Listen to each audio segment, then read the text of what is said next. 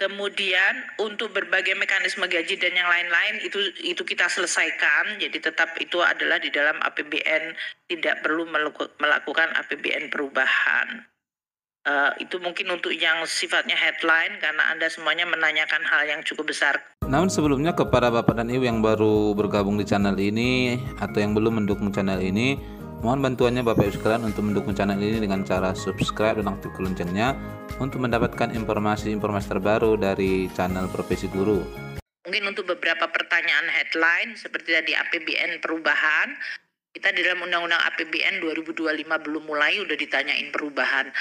Jadi yang kita lakukan adalah kementerian lembaga ini sesuai dengan arahan Bapak Presiden penyusunan APBN 2025 waktu itu juga atas konsultasi dengan Presiden terpilih yang sekarang menjadi Presiden yang telah memimpin Republik ini dan berarti memang banyak faktor-faktor terutama untuk program-program beliau yang merupakan prioritas nasional sudah diakomodasi. Namun Presiden Prabowo telah menyampaikan di berbagai kesempatan agar seluruh kementerian lembaga betul-betul memperhatikan APBN ini, terutama dengan berbagai feedback mengenai efisiensi, itu ditunjukkan dengan ICOR yang tinggi, kemudian kebocoran maupun korupsi. Ini harus ditangani oleh seluruh kementerian dan lembaga, dan oleh karena itu kalau akan dilakukan review terhadap APBN adalah lebih pada menekankan tadi direction dari Bapak Presiden Prabowo. Untuk itu di dalam Undang-Undang APBN sebetulnya sudah ada klausul untuk memungkinkan terjadinya adjustment baik perubahan karena adanya KL yang baru dalam hal ini maupun kalau ada terjadi perubahan dari sisi program, tentunya kita tetap akan yang berkaitan dengan DPR juga akan dilakukan. Namun kita sekarang sedang fokus untuk melaksanakan Undang-Undang APBN 2025.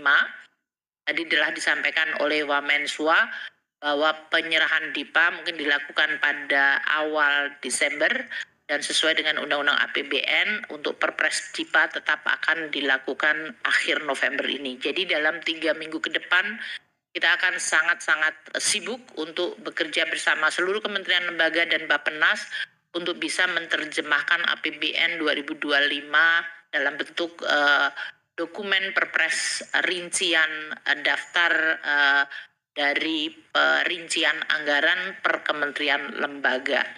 Kemudian untuk berbagai mekanisme gaji dan yang lain-lain itu kita selesaikan. Jadi tetap itu adalah di dalam APBN, tidak perlu melakukan APBN perubahan. Itu mungkin untuk yang sifatnya headline karena Anda semuanya menanyakan hal yang cukup besar. Untuk organisasi Kementerian Keuangan mungkin nanti kita bikin aja konferensi pers tersendiri ya, terutama nanti untuk mereappoint. Tapi yang kayaknya banyak ditanya teman-teman adalah Pak Febrio ada di mana gitu, karena badan sudah hilang. Badannya menjadi dirjen, jadi tetap aja itu adalah menjadi dirjen strategi ekonomi dan fiskal.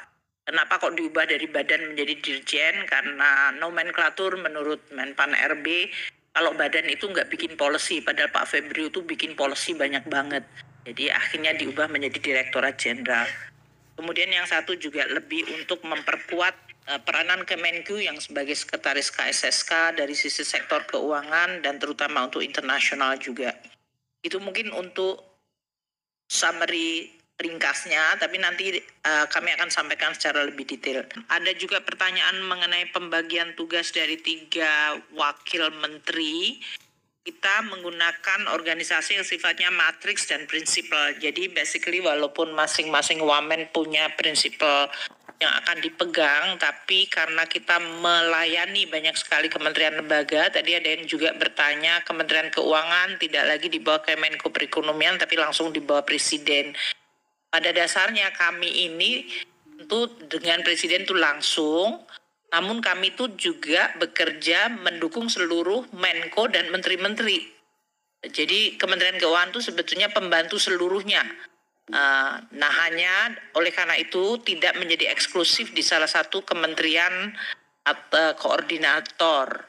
tapi kita membantu keseluruhan. Makanya kemarin kita deploy Wamen untuk datang ke semua Menko, menanyakan masing-masing strategi dan bagaimana prioritas di dalam koordinasi masing-masing Menko tersebut, sambil kita juga menjelaskan Undang-Undang APBN terutama 2025 yang sebagian besar dari Menko tersebut waktu itu belum mengetahui bagaimana struktur APBN 2025, sehingga membantu beliau-beliau semuanya untuk langsung catching up, langsung mendapatkan informasi mengenai bagaimana alokasi APBN 2025 dan komitmen 2025 yang ada di dalam kewenangan masing-masing Menko. Ini menggambarkan walaupun kami tidak di bawah Menko, tapi kami mendukung dan bekerja bersama dengan seluruh Menko dan bahkan langsung dengan menteri-menteri, seperti kemarin kami dengan Menteri ESDM, hari ini Pak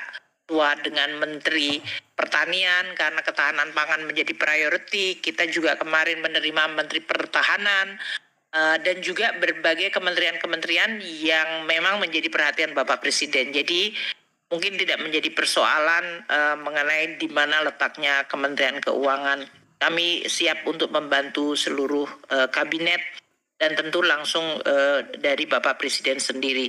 Untuk keseluruhan posisi, untuk berbagai policy koordinasi kita tetap sama dengan Pak Menko Perekonomian. Untuk beberapa policy yang di bawah Pak Menko Perekonomian, kita tetap, apakah itu nanti kebijakan perdagangan, perindustrian, nanti banyak yang menanyakan hal itu, kita tetap bekerja bersama dengan Bapak Menko Perekonomian seperti biasa. Jadi tidak ada hal yang berubah sama sekali dari cara kerja dan bagaimana kita bekerja dengan para Menko, terutama dengan Menko Perekonomian yang memang banyak.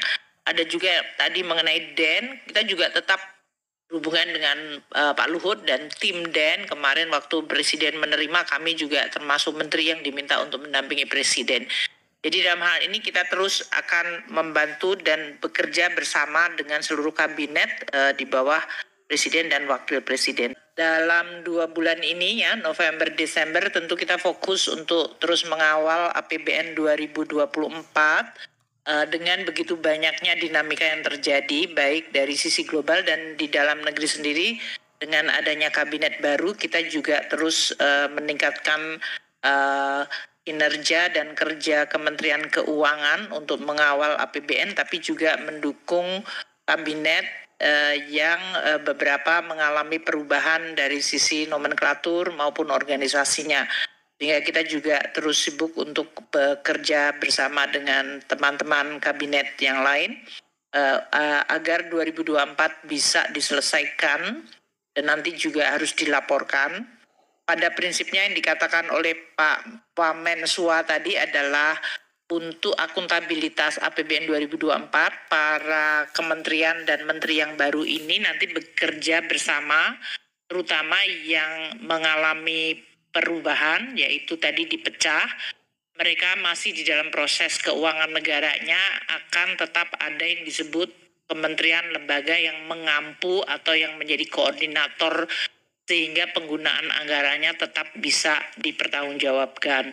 Ini juga kami terus berkonsultasi nantinya dengan BPK, karena dalam 2 bulan ke depan, begitu nanti tutup tahun, maka laporan keuangannya juga tetap akan harus dikoordinasi oleh kementerian atau lembaga yang menjadi induknya atau yang dikonsider sebagai koordinatornya, untuk kemudian mereka bisa membuat laporan keuangan tahun 2024 sehingga bisa dilakukan audit sesuai dengan peraturan perundang-undangan.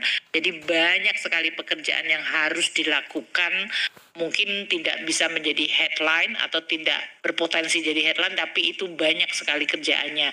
Untuk kami jelas itu adalah suatu pekerjaan untuk terus mendukung dan memperkuat agar kabinet bisa segera bisa bekerja. Di sisi lain kita juga terus mempersiapkan APBN 2025 yang juga harus segera mulai didetailkan. Seperti tadi saya sampaikan, perpres untuk detail dari anggaran atau DIPA-nya harus dikeluarkan pada akhir bulan ini, dan ini juga membutuhkan koordinasi komunikasi dengan kementerian lembaga yang juga baik yang mengalami perubahan maupun yang tidak. Yang tidak mengalami perubahan pun karena banyak program-program baru atau yang ditekankan oleh Bapak Presiden juga perlu harus menyiapkan diri. Jadi itu kegiatan kita dalam 2 bulan ke depan. Untuk ALKO kita akan tetap melakukan sampai akhir November dan nanti kita update kepada teman-teman media.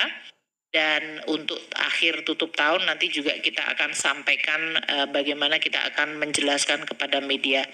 Mungkin itu yang bisa saya sampaikan. Akan banyak sekali aktivitas yang harus kita lakukan. Dan tentu dengan saya dan 3 wamen dan teman-teman para pejabat eselon 1 di sini kita siap untuk terus bekerja keras mendukung kabinet merah putih dan juga untuk terus menjaga tata kelola dan juga akuntabilitas dari APBN dan keuangan negara secara umum. Demikian ya, terima kasih teman-teman wartawan. Selamat sore. Wassalamualaikum warahmatullahi wabarakatuh.